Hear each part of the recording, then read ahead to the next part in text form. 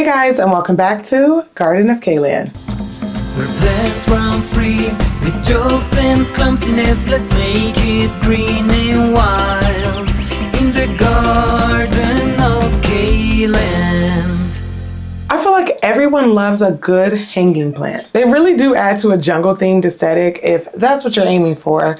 And I think that they add a lot of character to a plant collection, especially if you have hanging plants that are unusual or that you just don't see every day. This year, I vowed to take better care of all of my hanging plants, and I think I did a pretty decent job. So naturally, to reward myself, I bought more hanging plants. And today I'm gonna show you a few of my favorites, but before we get started, hi, I'm Kayla and welcome back. If you're new here, welcome, and be sure to subscribe if plants are your vibe. This first plant was so intimidating to me at first. Everyone talked about how difficult it was, but once I got the hang of it, it took off and now I'm head over heels. This is my Ceratostema pendens, and it is one of the coolest hanging plants I have. Not to be mistaken with my Huperzia downstairs. And guys, if you hear like tweeting sounds in the background, I'm so sorry. That is Figgy and Fiona settling in for a little nappy nap, and they're very chattery. But anyway, so my Ceratostema pendens came to me as such a little baby, and I lost so much of it at first. This was kind of difficult just because it is like a cloud dweller or something like that. Something about a cloud.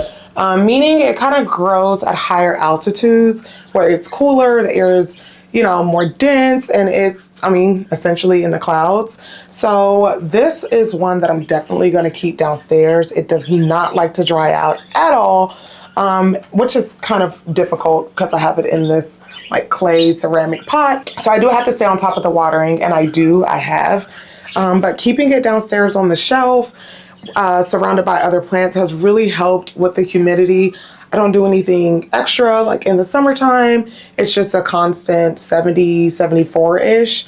And this has been doing fine. So as soon as this started taking off, I was like, oh my gosh, I'm gonna get all of the Ceratostemas.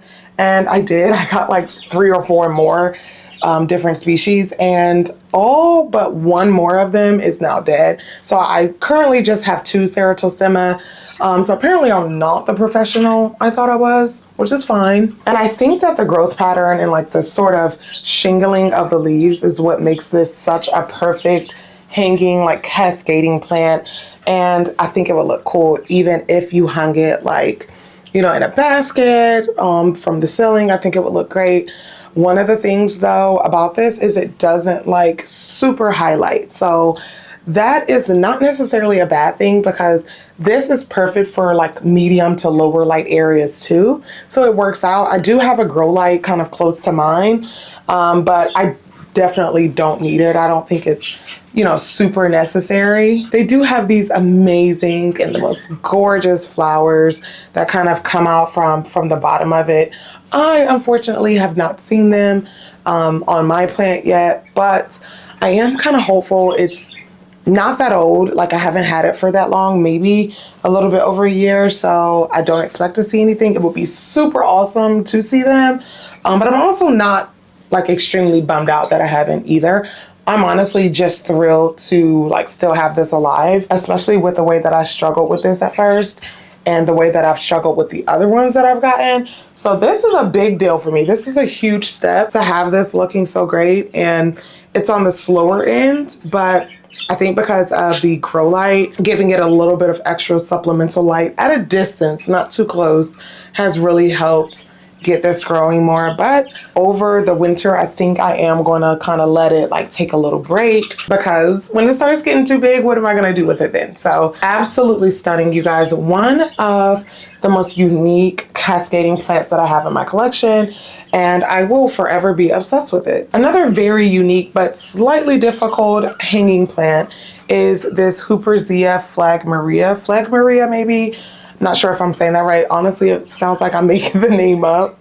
But oh my gosh, when I first got this, y'all, brown leaves everywhere. Like they were just dropping like flies. I had to cut a large majority of it off at first, but it came with a massive reward. As you can see, I have so much new growth on this. This plant does not stop. And the vines kind of like fork off, as you can see right there. Even though it looks like it's really sharp, it's honestly very soft to the touch, like very delicate, like very fairy-like. And although I still get a little bit of browning every now and again, it is thriving right now. I keep it in sphagnum moss. It might actually still even be the same sphagnum moss that I got it in, but I decided this was a little bit more of those complicated plants and I just wanted to leave it alone. I didn't want to like uproot it or repot it or anything, but I think that I'm doing really good with it right now. It is in a nursery pot, so I just keep it in a decorative pot and I keep that moss just slightly moist. It doesn't like to dry out. This is another one where you can see like browning, and that browning pretty much occurs when I let it dry out. So I try to stay on top of this one as well. And I keep it on a shelf, you guys. It is so beautiful hanging down. I don't know, it looks very different. And I see a lot of people kind of growing them upside down. And I think that that would look so amazing. Like, wouldn't that be so cool? In fact, I said to myself, oh, this year I'm gonna somehow pot this to where I can grow mine upside down. And obviously that hasn't happened yet, but it still looks really cool in the pot that it's in. I do want the top to multiply a little bit. Like, it's a little bald-headed at the top. That's okay, because honestly, oh my gosh, there's only one plant in here. Look at that. And all this comes from one stem. It is so crazy. I love how it forks out. I see pictures of it on the internet and like, oh my gosh, you guys. So there are different species of this plant as well, and I kind of want all of those. But I don't want to jump the gun too fast because I'm like barely getting the hang of this one. I'm just not that confident in myself yet, and my abilities just yet. I just think this plant stands out so much. It's got like these pointy, dainty leaves on it, and there are so many of them. They grow so closely together. And then, as I said before, they just kind of multiply. And I think it sort of reminds me of like a pine tree, a Christmas tree of some sort. It's just really cool, and I'm happy to have it. I want to do more with it. I really want more from it. I just don't know what else to do other than what I'm doing right now, and I don't want to risk killing it or like losing anything else or having to start all over again. So this is what I'm working with for now, and it's gorgeous either way. Let me just tell you guys, I love a hanging plant that's not like necessarily a trailing plant, but I still have it kind of displayed higher up. One great plant to do that with is like pendant anthuriums. And this Anthurium wendlingeri is such an amazing addition to my collection. These long, narrow leaves like kind of remind you of the philodendron, but they're not as flimsy. They're a little bit more rigid, a little thicker, a little more serious, if you will. I had to show you guys this one today because I'm finally starting to get that spiral inflow. And it hasn't spiraled all the way down, but it was just one straight line at first, and it seemed like overnight it started spiraling, and I was like, oh my gosh, it's happening. It's finally happening. And yes, the inflow is super cool, and I love the way it drops down, and it's just like an ornament on top of the plant, on top of the foliage. But the foliage is definitely something that I cannot get enough of. It is so dark and so gorgeous, and even though I only have a few leaves on this plant right now, it still just pops out when I put it out on the shelf. And just, I mean, it has to have something to hang off of. I can't just have it, you know, like on a table. It's just a pendant anthurium, so it's gotta have some kind of display where I just let it cascade down, and it just works out for the both of us because it loves the spot that it's in, and I love the spot that it's in, and it really does take my breath away every time I look at it. I love how the foliage has like this slight waviness to it. Like, it's not just a flat top like, you know, like the philodendron. It has a little bit more depth to the leaves, and I love that. It's a little bit darker, and like I said, the leaves are very stiff and a little bit unforgiving when it comes to like if they get stuck on something or if they kind of bend up against the shelf like this. It is nearly impossible to get it to straighten back out, so I definitely keep it hanging loose leaf to make sure like nothing is obstructing the leaves. And it's been working out. I am obsessed with this plant. I do need to repot it. It's in this itty bitty nursery pot, and that's fine, but it just dries out too quickly, and this doesn't really enjoy drying out. I had to cut some brown tips off of this leaf because of letting it dry out. So that's something that I want to get around to, but I'm waiting for this to finish because, oh my gosh, I've been waiting over a year for this. So now that it's finally happening, I'm not doing anything that gets in the way of that. The wendlingeri is a little bit on the easier side in my opinion. As long as I've kept this watered, I haven't really had any problems with it, but if I could change anything about it, I would definitely make it a little bit speedier. Is that a word? Is speedier a word? I would speed up the growth if I could, because it's incredibly slow to pop out a new leaf. I don't know. I'm thinking about maybe even trying to cross-pollinate this. Maybe I could get somewhere with that, but I don't know.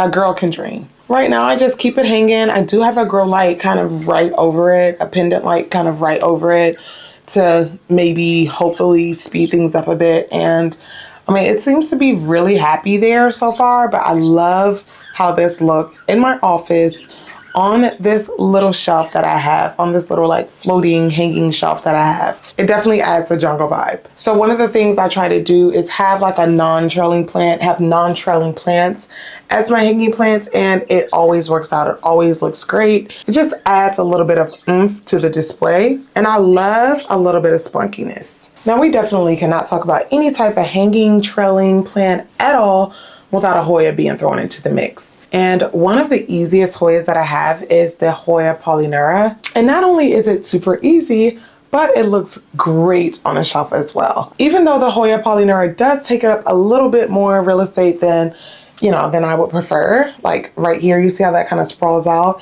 As long as gravity is going to eventually pull it down like the rest of these leaves, that's fine. It's fine. It just adds a little bit more to the visual anyway. But these mermaid tail leaves are everything. And I just think that this plant is incredible. It's even cooler that the flowers kind of grow on the undersides of the leaves. So where I have this hanging is kind of like higher, a lot higher than my head. So I can just look up and see these gorgeous flowers underneath. And it's just gorgeous. It's just gorgeous all around, even without it being in bloom. Like, look at the foliage. Like little mermaid tails. When I tell you I gagged when I saw that flower underneath the first time, like I was losing my mind. I really was. And this was such a wish list plant for me for a really long time. So when I first got it, it had like 4 leaves on it.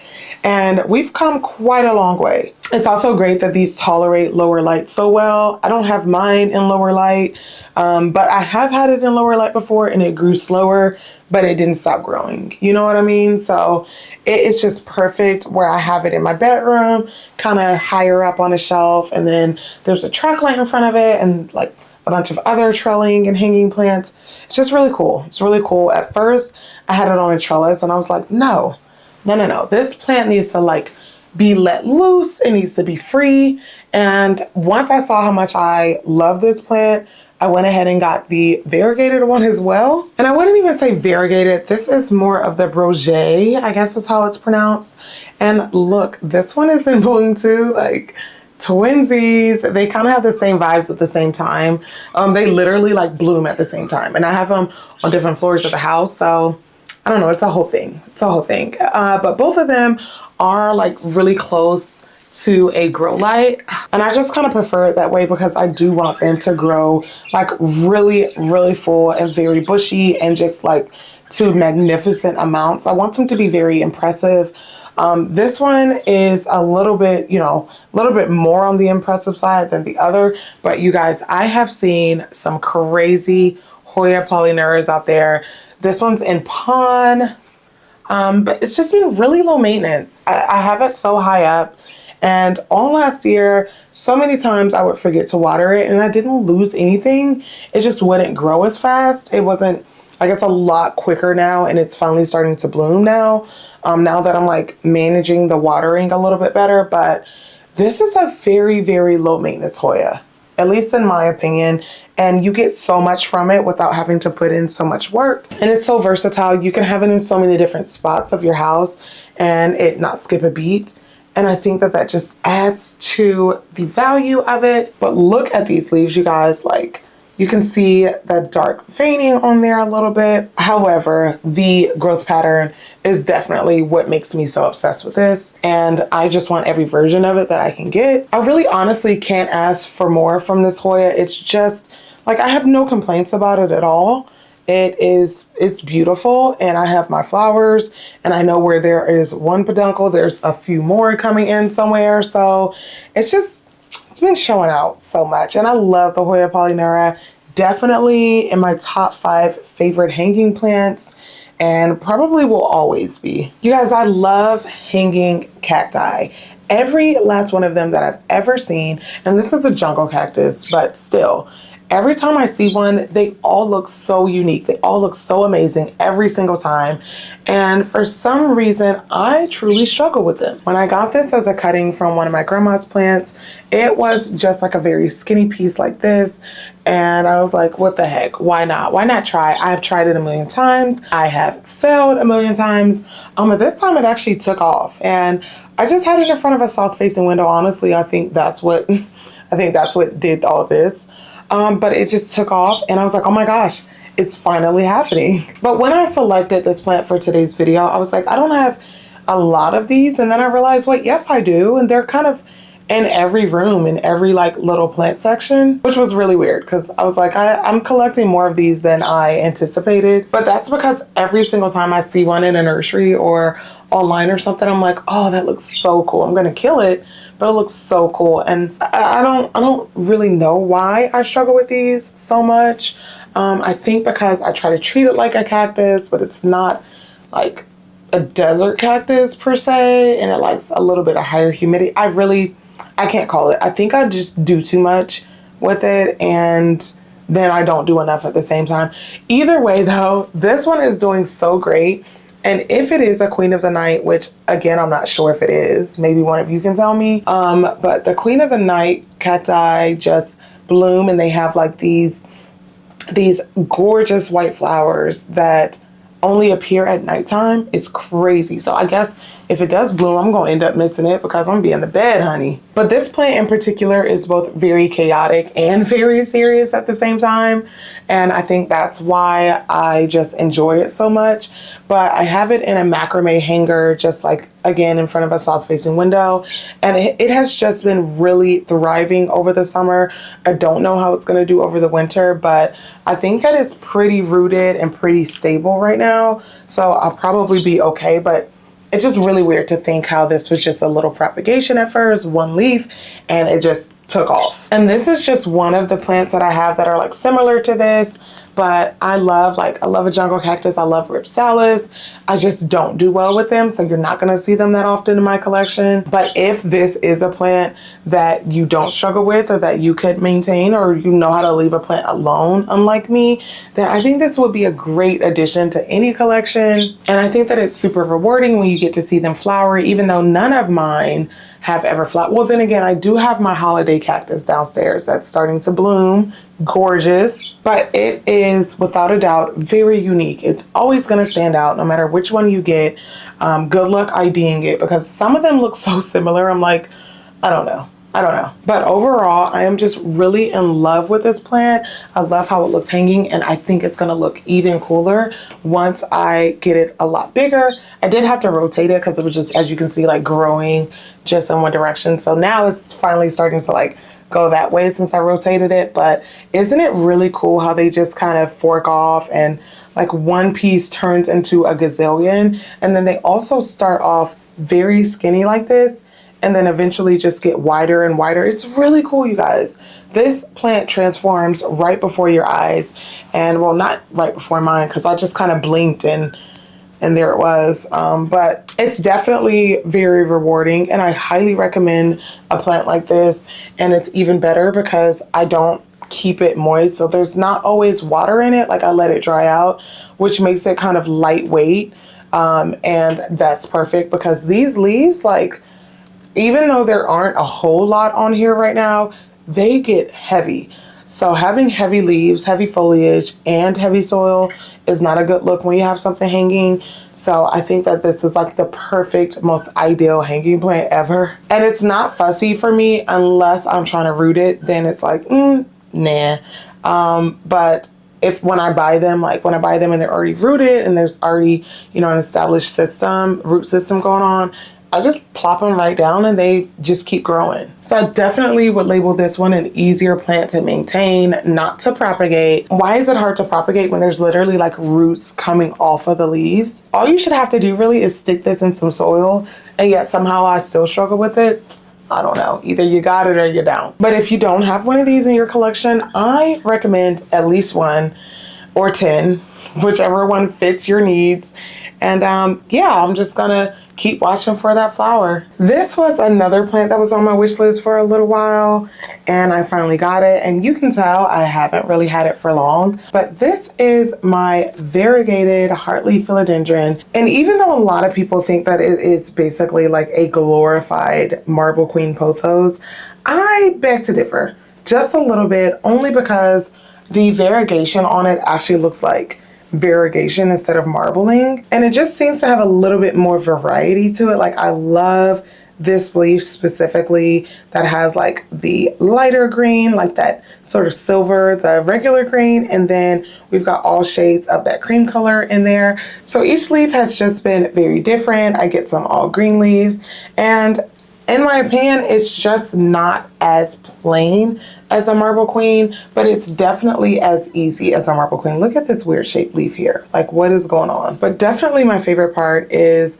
the heart-shaped leaf. So with the marble queen, I don't really have, it's more of like an elongated leaf. It's not this heart-shaped, and I love that. But if you kind of want one of these and just want a cheaper option, you definitely could like get your rocks off with just a marble queen pothos. But I already have one and I needed to have this one. So I love a good heartleaf philodendron. I think at this point I have every variety of them, and there is a reason for that, because these are so easy and they vine and trail with like so much ease and so much grace. And even though this one is, just barely doing anything, it's not going to be long before I have this touching the floor. Right now, I just have it on this shelf behind me, but it grows pretty quickly. Not as quickly as just my regular heartleaf philodendron, because it's variegated, but it still grows faster than a lot of my other plants. And I think it's just going to look amazing once it does fill out a little bit more and vine off, trail off a little bit more than it's doing. Oh, the sun is getting bright. I'm sorry. But if I'm being honest here, I kind of really wanted this. And then once I got it, I was just kind of like, and maybe it's because it just hasn't gotten that big yet. The philodendron micans does a lot more for me. And I can say the micans definitely grows a lot faster. Like, I'm just going and going and going and going. And I can't tell you how many times I have propagated this plant, but I like the micans a little bit more just because it's got like these dark velvety leaves, but it doesn't come with the high maintenance that usually comes with dark velvety leaves. And then on top of that, they're like purple at the back, so it's perfect at every angle. So I honestly have a bunch of philodendron micans all over my house as well, because like I said, these are super easy to grow and very low maintenance and can tolerate, in fact, mine prefer lower light. And then there is the philodendron Brazil that is also incredibly easy for me, but has like these lime green stripes down the middle, and it's just a really incredible, like funky take on the regular heartleaf philodendron. So if you want something easy, but you kind of are sick of seeing the regular green heartleaf, which has its own value, believe me, and it's still beautiful in its own right.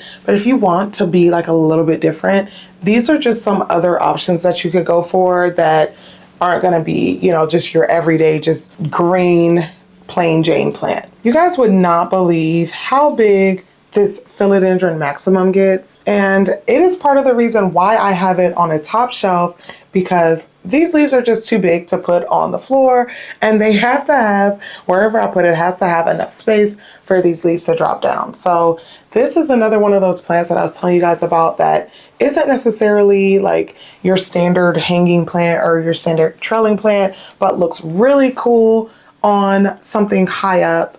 And when I saw the maximum for the first time, I mean, you guys, this is only the third leaf on here. And as you can see, these leaves size up pretty quickly. So we got one on its way out, in my opinion. and then 2, and then look how big the 3rd is. So what I'm worried about is this 4th one coming out. Like, what is gonna happen? What is it gonna do? Now, as I said before, I love a pendant, like elongated, narrow leaf, but I especially love this one because it is wavy. They're gonna get even more wavy. They're gonna get slightly darker, which is going to make those veins a little bit more prominent. So as you can see, there's even some like every other, like they kind of alternate the veins going horizontal, and it's just such a cool plant, you guys. When I first saw this, I had to have it. It was like a no-brainer, but it was a little bit more on the expensive side. Not too crazy, but more than I expected it to be for sure. It was like 50 or 60 US dollars when I first got it. So I was kind of like, oh, okay. And it didn't have, you know, obviously it didn't have a lot of foliage on it, but I now understand why it is called the Philodendron maximum. Actually, that's probably not why. It's probably named after someone or something, but maximum just seems to fit, you know? I especially love displaying plants like this on a high shelf or on a shelf in general where it can like hang over. It's a great space filler. It looks really cool, and it's really ideal for leaves of this size and this shape. So it is just perfect. My only problem with this is it a climber and will it need a moss pole soon? Or can I do it like kind of like how I do my Yopii and just have it kind of sprawled out at the top? But this undeniably is one of the coolest things to have on my shelf, and I think I'm going to at all costs leave it on a shelf for as long as I can. But the Philodendron maximum absolutely deserves to be on a throne of its own. And since these already grow up trees in the wild, I think it's gonna be like in its natural state anyway. Like it's pretty used to being up high. So I think that naturally it will drop and suspend gracefully and just really look amazing. It already is on its way there now, and I really can't wait to see what this next leaf is gonna look like. Okay, we need to scale it down a little bit with this beautiful Codonanthe that has like these delicate little white flowers, these fleshy, fuzzy leaves, and they're perfectly round. It's the cutest foliage ever, you guys. Oh my gosh, but I've had my fair share of problems with this plant. It seems to be unhappy in every condition, pretty much. The very moment this plant dries out beyond a certain point, it doesn't even give me any warning. It just immediately drops leaves. Like it doesn't brown, it doesn't get crispy at all. It just is like, okay, I'm done. So I do have to keep a special eye on this, but it does get the cutest little flowers, as I said before. They're like little dainty fairy flowers. They look like little fairy lights. They're adorable, you guys. One of these days, I'm thinking about even maybe putting it on a trellis and seeing if these leaves do get any bigger. But right now, I just enjoy how small and round they are. You guys, they are so adorable. And this plant often gets overlooked by me, which is why I forget to water it. But when it is blooming, it definitely screams, look at me. That's something I just can't get over. And also, I got this for like $6 out of, I want to say Home Depot. It was like one of the big box stores. And I was like, oh, that looks interesting. And I'd never seen it before. And then I ended up propagating it. They propagate super easily, believe it or not. And now I have 2 of them, and they're both around this size. But whenever I have a space that needs a trelling plant or needs like something full and, you know, something cascading, I can easily just propagate this. I have before and put it in that spot, and it looks great. It pretty much looks great everywhere.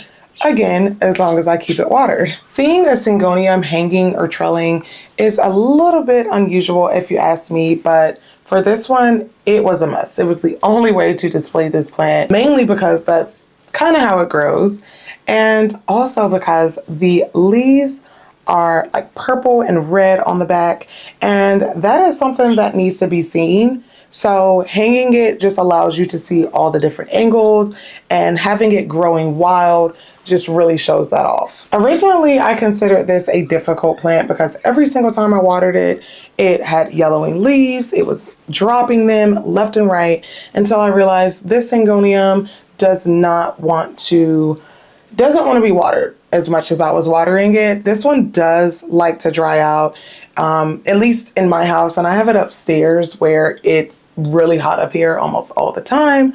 So I was like, okay, well, that's the fix.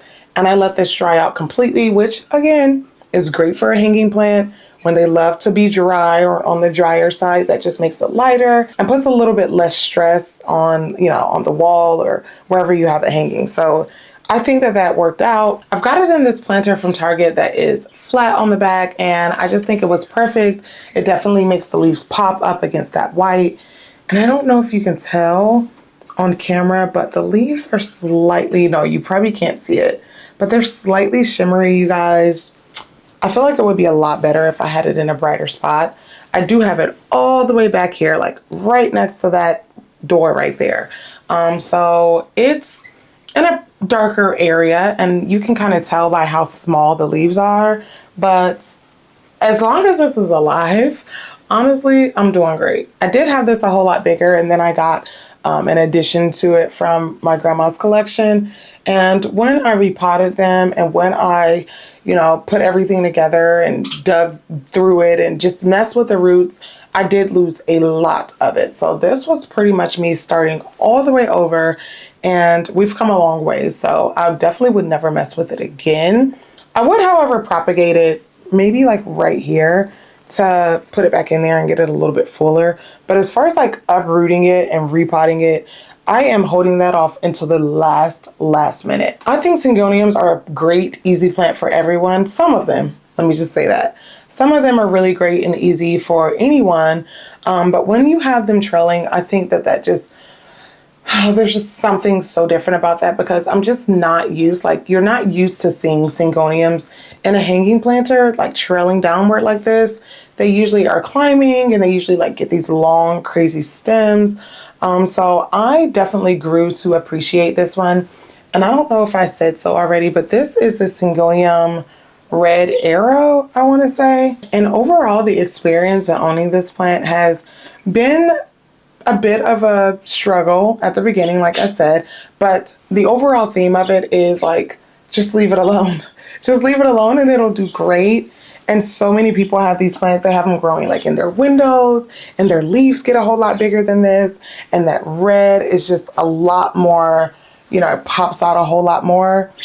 So one of these days I will put it closer to light, but I'm kind of liking it back there where I don't have to worry about it as much when it comes to watering. But definitely a cool one, definitely different just because it's a Syngonium that's trailing and you don't see that a lot. But if you see one of these, and I don't see them often, if you spot it, definitely get it, bring it home, and hang it up. So I can definitely say I'm not a fan of like crazy hanging plants. I don't want it like all over the place. Sometimes it happens, but it especially happens with Hoyas. There are times, however, where I make an exception, like with this variegated Hoya Bella, which by the way, has the cutest little flowers on it.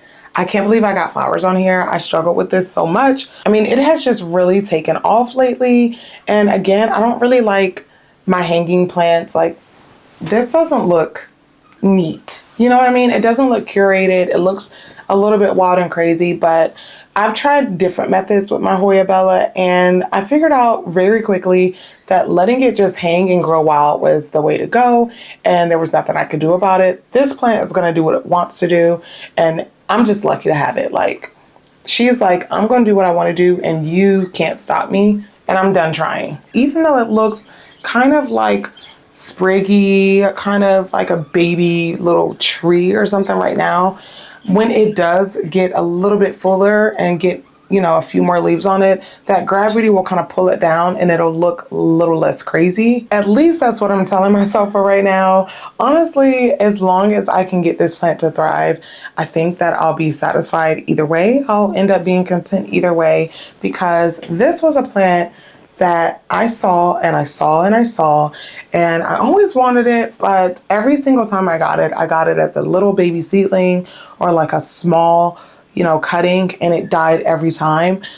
This was actually my third time getting a cutting of it, and with all the determination in the world, I was like, I'm going to make it work this time, and it looks like it worked out. I've got my flowers, I've got all this new growth on it, baby leaves coming in, and I've even spotted some itty bitty little peduncles coming in addition to this one. So I'm really pleased with it, honestly. I have it in my south facing window, and I've got it in this lighter pot which by the way, I try to keep my hanging, like anything that's going to be up on something, I try to keep them in lighter pots. So this is like one of the lighter, you know, plasticky pots. Even though this is less conventional than usual, and not my ideal trailing or hanging plant, it still looks really unique, and I don't have anything else like touching it or surrounding it, whereas with a lot of my other plants, I have them like all grouped. This one is kind of in a world of its own where she deserves to be. And as it continues to grow, hopefully, you know, steadily through the winter, I have high hopes for it to look just a little bit neater. I mean, this is a little bit crazy. Okay, you guys, that's all I got for you today. Believe it or not, I get tired of talking. Anyway, happy fall, y'all. Thank you so much for watching, and I will see you in the next video.